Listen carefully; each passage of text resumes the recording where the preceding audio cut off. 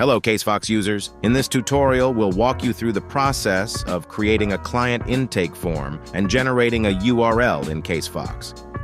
Begin by logging into your CaseFox account using your login credentials. Once logged in, you'll be directed to the dashboard. Keep an eye on the nav bar located on the top of the screen. Click on Leads in the nav bar to access the Leads Management section. Within the Leads section, look towards the top right corner. You'll find an option labeled Create Intake Form and Generate URL. Click on the option and proceed to fill in the required details for your intake form. After filling in the details, click on Save Form to create your client intake form. Once the form is saved, a unique URL will be generated for your intake form. You can now copy and share this URL with clients to collect their information through the intake form. And there you have it. You've successfully learned how to create a client intake form and generate a URL in CaseFox. To know more, visit our support.casefox.com.